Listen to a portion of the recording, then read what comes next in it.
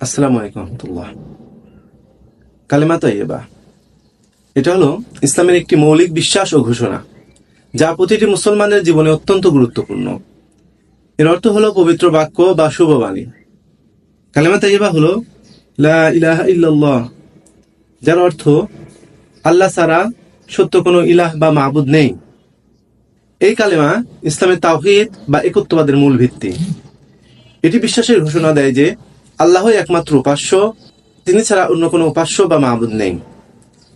কালেমা তাইয়্যিবা শুধু মুখে উচ্চারণই নয়, বরং হৃদয় দিয়ে বিশ্বাস করা এবং জীবনে এর তাৎপর্য বাস্তবায়ন করা প্রয়োজন।